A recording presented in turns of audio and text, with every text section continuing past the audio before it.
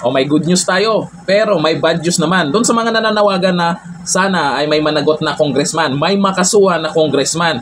Eto, meron na nga. After 4 months, 4 months na ba? Kung hindi ako nagkakamali, meron na nga kinasuhan.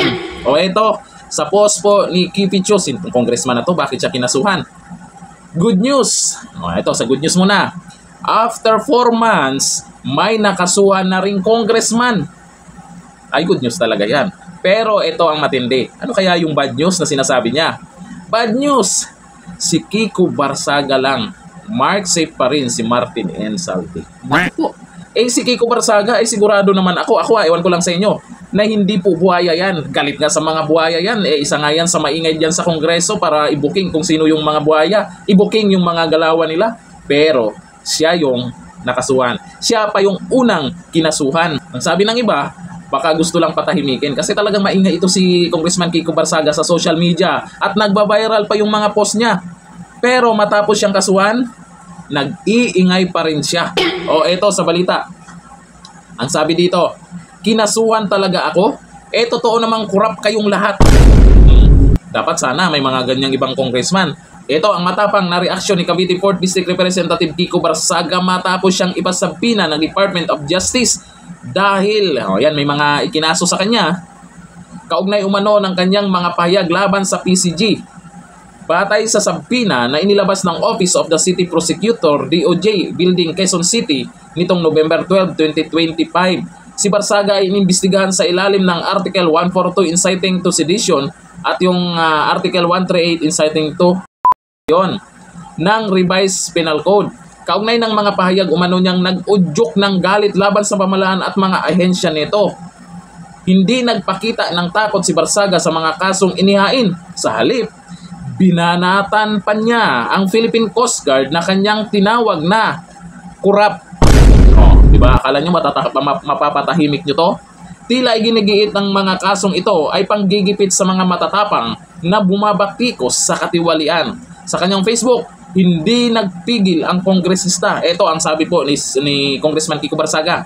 Kinasuhan talaga ako sa mga statement ko laban sa Philippine Coast Guard. Totoo namang kurap kayong lahat Nya.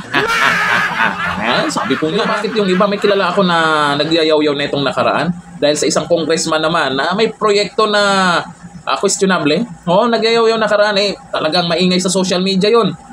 Pero nung nagkausap sila, tumameme na. Maraming nagtatanong, bakit tameme ka na? Sino ba yan? Sabi nila, si Yorme daw bakit tahimik si Yorme ngayon? Anong meron? Baka kasi, di natin alam kung ano yung pinag-usapan nila. Baka alam ginagawa siya na maganda dito sa Manila. Hanggang ngayon, talagang naglilinis po siya.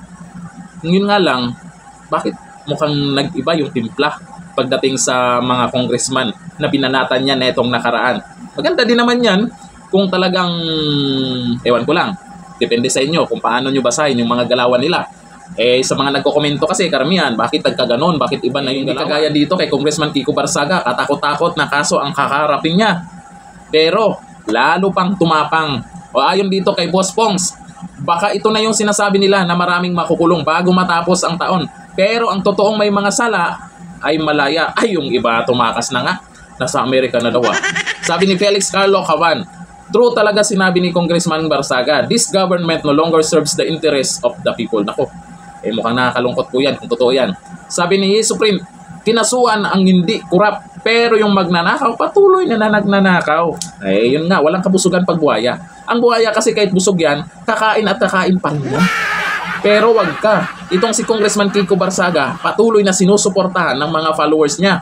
At yung mga video na inilabas niya ngayon, meron siyang bagong video na inilabas na kung saan ay may pananawagan naman siya na magkakaroon daw ng pagtitipon, magkaroon ng rally alas 10 ng gabi. Nako po, yung mga kapulisan natin yan, mapupuyat na naman. Tapos, sabayan pa ng malawakang rally ng INC. Pero paalala po sa mga sasama sa rally, hindi po natin kalaban ang mga kapulisan. Hindi kaya ni Junior, ganito na lang. Kung ayaw ng gulo, kung ayaw ng may masaktan, kung hindi kayang panagutin yung mga buhaya, mag-resign ka na lang. Yun naman kasi ang panawagan ng karamihan na nagrarally dyan. Tapos magre-reklamo na itong nakaraan, 5 oras na daw yung tulog niya. Sana all na lang talaga. Hanggang dito na lang. Thank you. Bye-bye.